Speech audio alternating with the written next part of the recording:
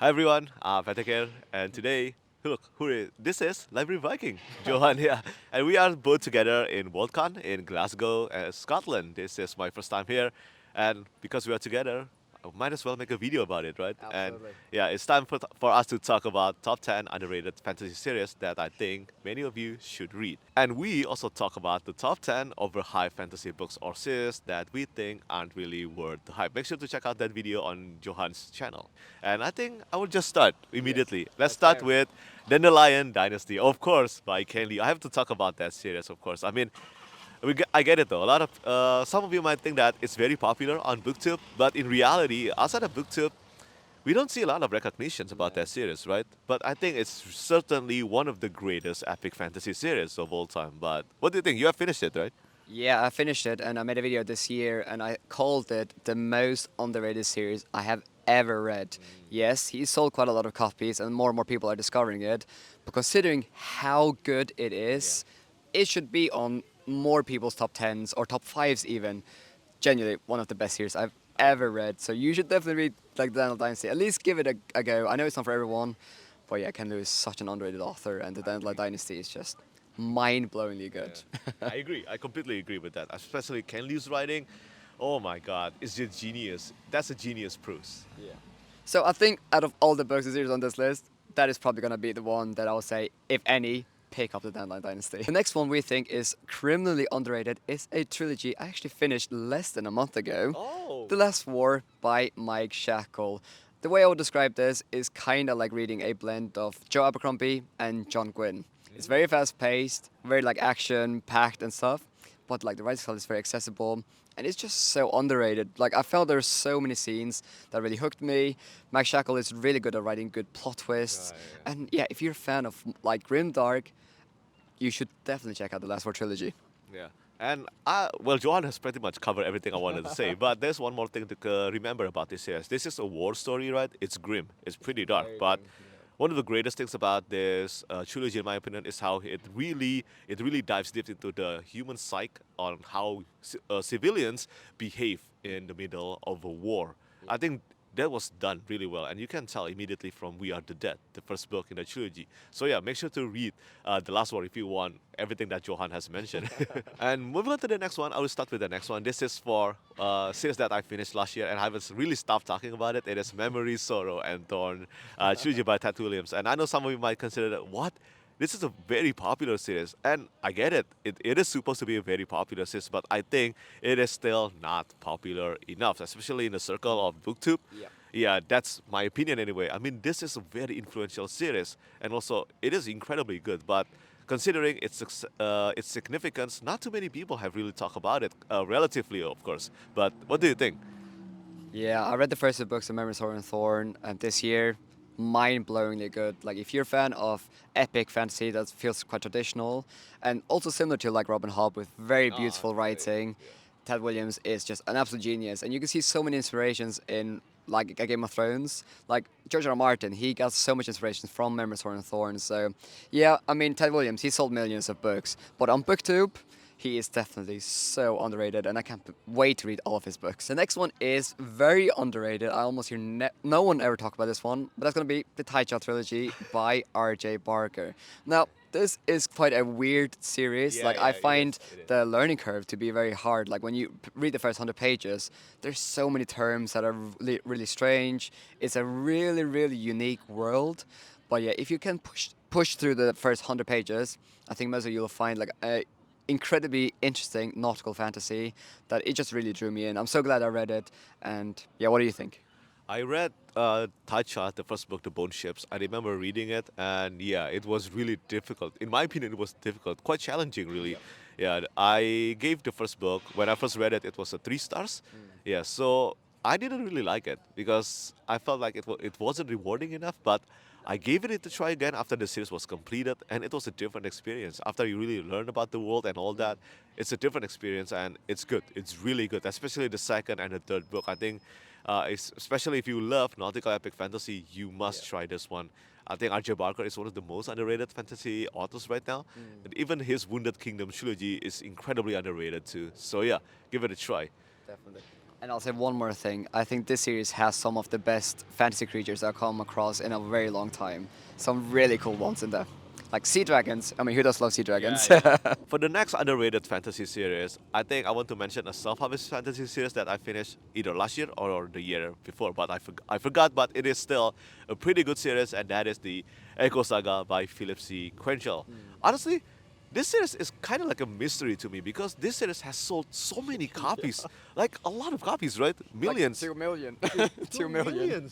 It's 2 million copies, and at the same time, no one is talking about this series. And if you check Goodreads, the average rating is incredibly high for every book, every book in the series, and it is for good reasons. I think the first 6 books, especially the 7th book, are the best one of the series. But at the same time, if you like Dragon Ride epic fantasy, I think you should try reading Echo Saga by Philip C. Quaintrell, especially because I think he just released his newest book, Yep. yeah, Time of Dragons series, and yeah, you should read that one as well. But you haven't read it yet. So I read the first trilogy in Echo Saga because of you. You brought it to my attention. And yeah, when I heard about this self-published author that has sold at this point like 2 million copies, I'd never heard about his name until like last year. It's insane. But yeah, he is very similar to, in a lot of ways, like John Gwynne, Ryan Cahill. It's very, very classic, but a bit faster paced. Maybe the psychology of characters is explored a bit more. So yeah, if you just want like really good classic fantasy that just will give you all the good vibes, then you should definitely check out the series. I really loved it, and I can't wait to continue with it. The next one is, and like, it's ridiculously underhyped, in my opinion. It might just be because we don't have any news about book 2, and it's also a book I picked up because of Petrik, The Councillor by E.J. Beaton. If you are a big fan of political fantasy, then in my honest opinion, I think that this is one of the best like political fantasies I've read, and it's not a standalone technically, but you can definitely read it like a standalone. And I think like E.J. Beaton has like really beautiful writing style, and I was just sucked in to the story. Incredible characters, incredible politics. But yeah, I hope that book 2 comes out eventually, but I'm not sure if that's ever going to happen. But even if it doesn't, I think you can read this very much as a standalone.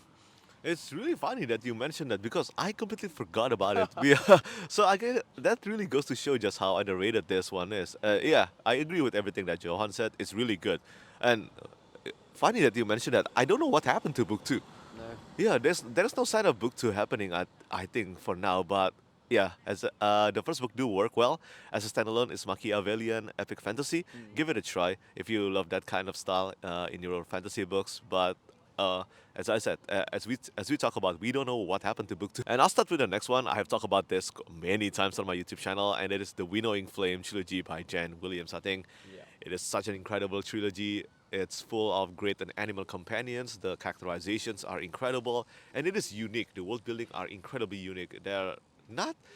Can you even consider that science fantasy? I think you can, right? Yeah, there's like alien spaceships like on the ground. Yeah. There's so many weird elements of this world. Something like that, and it contains some of the best aerial battle scenes that I have ever read in fantasy. So yeah, read the Winnowing Flame Trilogy by Jan Williams. Yeah, this is a series where I actually started it and I didn't connect with it. And then I gave it another try 2 months later and I fell in love with it.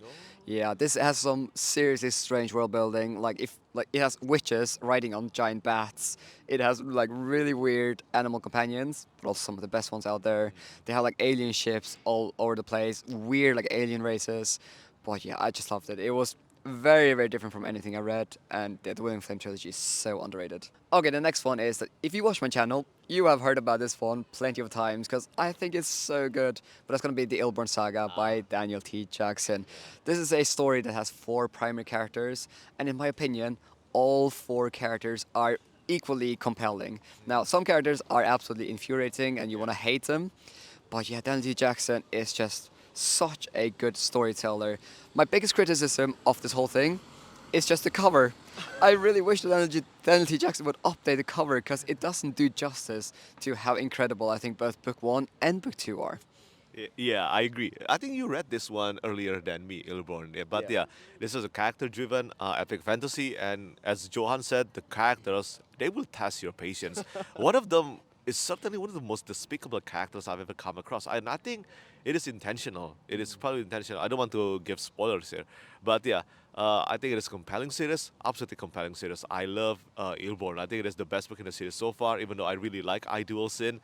But it is a 4-book series and only 2 books left now. And I think you should give it a try if you love character-driven epic fantasy. But speaking of character-driven epic fantasy, I think I will start the next one. We only have 2 more books to talk about on this list, but the next one is The Ember Blade by Chris Winnowing. I'm not even sure whether Johan has read it or not, but yeah, if you haven't read that one, it is a classic epic fantasy told in a modern narrative. It is absolutely incredible. I've talked about The Ember Blade by Chris Winnowing for many years now, and I think up to this day, it is still criminally underrated. That's in my opinion. You love Farm Boys, you love Chosen Ones. I think Chris Winnowing is doing a lot of great things with these troops, and yeah, if you love those, you have to read this series.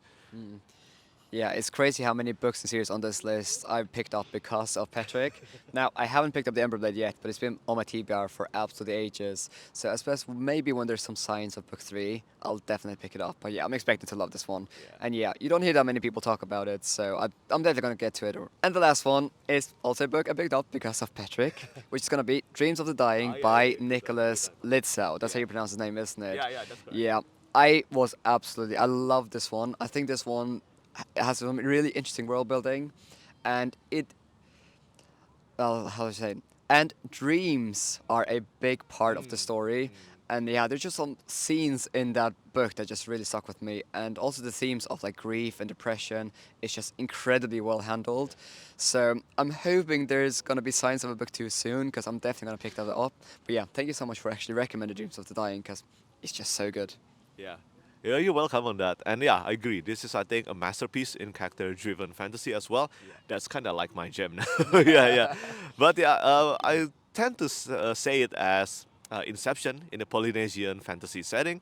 And yeah, everything Johan said is true. It is an incredible character-driven fantasy. And book 2 is actually coming in the month of January, I think. Okay. Yeah, I think Nicolas Lietzau, if I'm not mistaken, mentioned that book 2 is coming in early 2025. So yeah, pick it up now. And yeah, I think that's about it. That's the top 10 under high fantasy series that I think that we think you should read. And yeah, I want to say thank you so much to Johan for coming to my YouTube channel today. Yeah. It's my honor. Bye bye.